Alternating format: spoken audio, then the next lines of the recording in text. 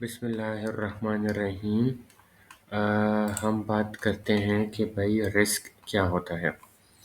तो risk basically ये आपका जो रिस्क है ये होता है, it is composed of probability P into impact.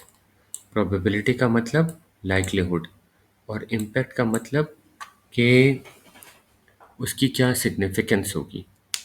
मिसाल के तौर पे हमने एक अपने ऑफिस को रीलोकेट करना है किसी और जगह पे, तो उस जगह पे जाने की हम जब प्लानिंग कर रहे हैं तो हमने ये प्लान किया कि वहाँ पर क्या रिस्क रिस्पॉन्स हो सकता है।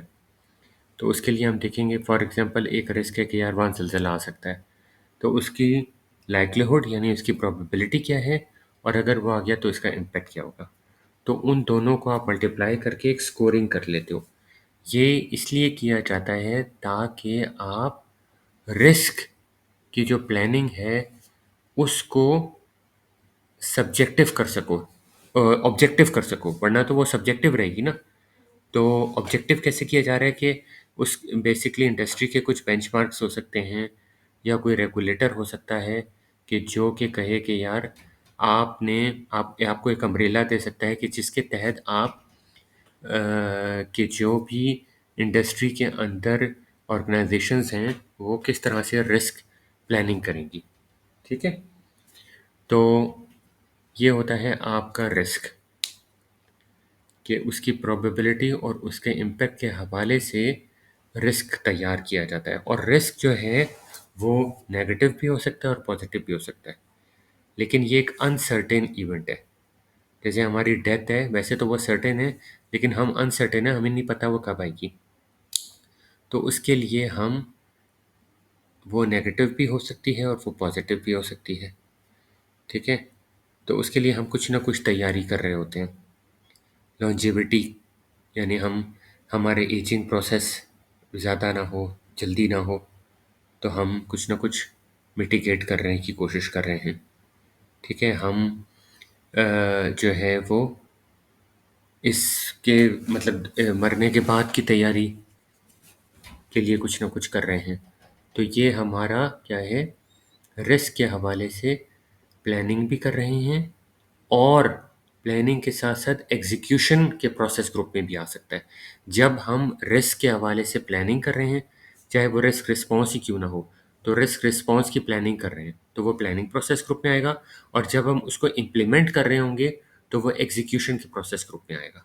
ठीक है, तो अब जब हमें पता चल गया कि रिस्क क्या होता है, प्रोबेबिलिटी इनटू इम्पैक्ट, तो उस प्रोबेबिलिटी और इम्पैक्ट के हवाले से कुछ ना कुछ रिस्पॉन्स भी हमने तैयार करना होता है।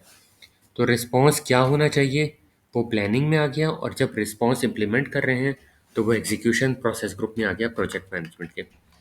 रिस्क रिस्पॉन्सेस क्या होते हैं, जाहिर सी बात है, कोई रिस्पॉन्स है, कोई एक्शन है, कोई स्ट्रेटजी है, जो रिस्क हमने आइडेंटिफाई कर लिए थे अपनी रिस्क प्लानिंग प्रोसेस ग्रुप के अंदर।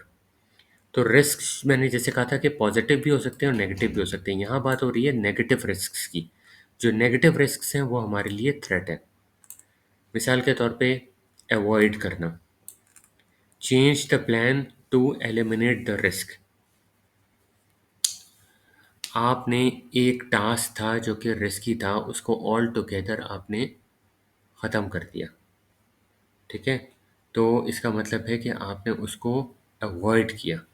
जैसे कि मैं अक्सर एग्जांपल देता हूँ कि हमने फाइनेंशियल इंस्टीट्यूशंस ने देखा कि यार इतना रिस्क है अगर हम एनजीओज़ के अकाउंट खोलें, क्योंकि वो दहशतगर्दी और इस तरह की चीज़ों में इन्वॉल्व होती हैं। तो हमने ऑल टुगेदर हमने एनजीओज़ को क्या कर लिया, वो कर लिया, मतलब है हम उनका अकाउंट ही नहीं खोलेंगे। तो बाज़ दफ़ा बहुत ज़्यादा प्री रिस्किंग की वजह से, यानी रिस्क को बहुत ज़्यादा प्री रिस्क कर लेना, प्रोएक्टिवली अगर आप इतना ज़्यादा रिस्किंग, इस ये एक डाउनफॉल भी है रिस्क मैनेजमेंट का। तो फिर आप डी रिस्किंग की तरफ चले जाते हैं, यानी रिस्क को अवॉइड करने की कोशिश करते हैं। तो बाज़ दफ़ा ऐसा भी हो जाता है। खैर, उसके बाद मिटिगेट करना, यानी कि आप रिड्यूस कर रहे हैं प्रोबेबिलिटी और इम्पैक्ट को। तो आपने बेटर क्वालिटी मटेरियल्स इस्तेमाल करने की कोशिश की, तो ये आप मिटिगेट कर रहे हैं। इसी तरह ट्रांसफ़र करना, shift the risk to a third party, by insurance और आउटसोर्स द रिस्की वर्क। आपकी कोई रेगुलेशन आई है, अब रेगुलेशन के हवाले से आप खुद इम्प्लीमेंट करने के बजाय एक कंसल्टेंट हायर कर लेते हैं, ताकि कुछ कुछ ना कुछ रिस्क आपका ट्रांसफ़र हो जाए। आपको नहीं पता, आप पता चल सकता है आपको कि वो रेगुलेशन किस तरह से इम्प्लीमेंट होगी। आपका अपना भी एक लीगल डिपार्टमेंट है, आपके पीयर इंडस्ट्री के फेलोज़ हैं, उनके थ्रू आप अंदाज़ा लगा सकते हैं। लेकिन आप शिफ्ट कर रहे हैं अगर आप कंसल्टेंट हायर कर रहे हैं। इसी तरह accept, do nothing, just monitor it. बाज़ दफ़ा कुछ चीज़ें ऐसी होती हैं कि जिनको हमें एक्सेप्ट करना पड़ता है। इनहेरेंटली वो चीज़ें लिमिटेशंस होती हैं, तो आप उसको फिर एक्सेप्ट कर लेते हैं। वो डिपेंड करता है आपका रिस्क एपेटाइट क्या है, ठीक है? आप उन पर you are keeping an eye on the weather risk, but don't act unless it happens, ठीक है? तो ये आपका क्या है, रिस्क रिस्पॉन्सेज हैं फॉर द थ्रेट्स। अब हम आते हैं नेक्स्ट स्लाइड पे। अच्छा, नेक्स्ट स्लाइड में बेसिकली आपको एक केस स्टडी दी हुई है। इस केस स्टडी में क्या है कि यहाँ पर रिस्क आईडीज असाइन हुई हुई हैं, रिस्क के कुछ डिस्क्रिप्शंस हैं। मिसाल के तौर पे बिजली का जाना, पावर आउटेज। अब पावर आउटेज हो जाना आपके लिए एक थ्रेट है, और उसकी रिस्पॉन्स स्ट्रेटजी है कि आप उसको मिटिगेट कर सकते हो।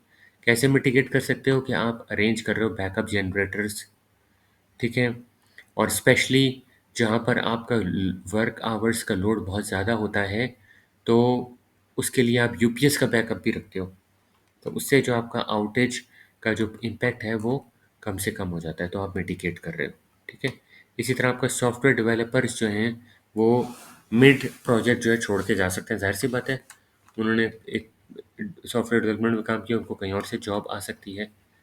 तो आपने जिस आईटी फर्म से कॉन्ट्रैक्ट किया है वही आपको रिप्लेसमेंट डेवलपर्स भी दे सकते हैं। तो आपने ट्रांसफ़र कर दिया रिस्क टू द वेंडर, ठीक है? इसलिए कि अब कोई और कंपनी है जो ज़िम्मेदारी ले रही है कि अगर हमारे डेवलपर कहीं भी गए तो हम आपको उसका रिप्लेसमेंट देंगे। इसी तरह कोई नई टेक्नोलॉजी जो है वो इंट्रोड्यूस हुई है, ठीक है? अगर नई टेक्नोलॉजी इंट्रोड्यूस हुई है तो क्या कहते हैं, मतलब आप क्या कर सकते हो? आप उसको एक्सेप्ट करना पड़ेगा, ठीक है? अच्छा, इसमें ऐसा है कि जो आपके रिस्क डिस्क्रिप्शंस हैं, इसमें एक से ज़्यादा रिस्पॉन्स स्ट्रेटजीज भी आ सकती हैं, लेकिन उनकी लॉजिक्स बतानी होंगी कि आपने ये रिस्पॉन्स स्ट्रेटजी जो है वो चूज़ की है, तो क्या इसकी इसकी जस्टिफिकेशन क्या है, और वो जस्टिफिकेशन अलाइन होनी चाहिए आपकी रिस्पॉन्स स्ट्रेटजी के साथ। जैसे आपने जस्टिफिकेशन दी मिटिगेट, तो आपका एक्शन आइटम भी मिटिगेशन की तरफ इशारा कर रहा है। आपने रिस्पॉन्स स्ट्रेटजी ट्रांसफ़र, तो आपका जस्टिफिकेशन भी ट्रांसफ़र को ही ब्रीफ कर रहा है, ठीक है? लेकिन बिल्कुल ही इलॉजिकल आप नहीं दे सकते रिस्पॉन्स स्ट्रेटजी, ठीक है? जैसे अगर एक न्यू टेक्नोलॉजी आ जाती है, तो न्यू टेक्नोलॉजी को आपको एक्सेप्ट करना पड़ता है। अब आप वहाँ लिखते हैं यार मिटिगेट, तो मिटिगेट इस सेंस में हो सकता है कि आप कंटिन्यूइंग प्रोफेशनल एजुकेशन ले रहे हैं, तो नई टेक्नोलॉजीज़ के हवाले से आप सीख रहे हैं, आने वाली या आईटी की नॉलेज ले रहे हैं, तो वो भी आंसर हो सकता है, ठीक है?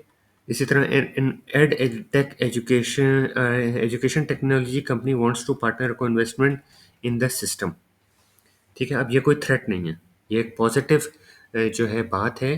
तो ये आपकी अपॉर्चुनिटी है। जैसे मैंने कहा था ना कि रिस्क रिस्पॉन्स नेगेटिव भी हो सकता है, पॉजिटिव भी हो सकता है, ऊपर सिर्फ नेगेटिव बताए हुए थे। तो यहाँ पर आप शेयर करोगे। शेयर का मतलब ये कि आप मज़ीद उसको शेयर कर रहे हो, कोलैबोरेट कर रहे हो, क्योंकि वो पार्टनर करना चाहता है, तो आप उसके साथ जॉइंट वेंचर करो। उस अपॉर्चुनिटी के हवाले से जो जो काम आप कर सकते हो वो करो। एआई टूल में रिजल्ट इन बेटर। अब एआई टूल बेटर रिजल्ट करे, ये भी एक पॉजिटिव अपॉर्चुनिटी है, तो इसको आप एक्सप्लॉइट करो, उसको यूज़ करो, उसको इस्तेमाल करो, ठीक है?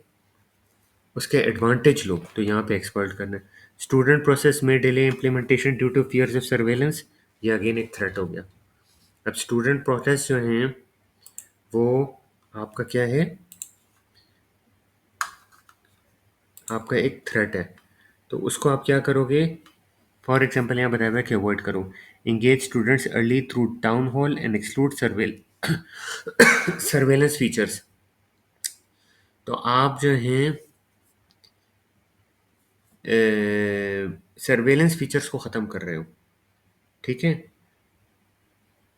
तो यहाँ पर क्योंकि आपने उस फीचर को ही ख़त्म कर दिया, तो आपने सोर्स ऑफ रिस्क को ही ख़त्म कर दिया। तो इसका मतलब आप अवॉइड कर रहे हो। जैसे मैंने कहा था ना कि एनजीओ अकाउंट्स को खोल ही नहीं रहे, तो आपने source of risk he eliminate कर दिया। तो यहाँ पर ये है कि स्टूडेंट प्रोसेस जो हैं वो डिले कर सकते हैं फियर ऑफ सर्वेलेंस को, तो आपने सर्वेलेंस फीचर्स को ही एक्सक्लूड कर दिया, ठीक है। तो होपफुली इंशाल्लाह आपको इसकी काफ़ी अंडरस्टैंडिंग हो गई होगी। इसी तरह से आपने इसकी लॉजिक्स को बताना होगा।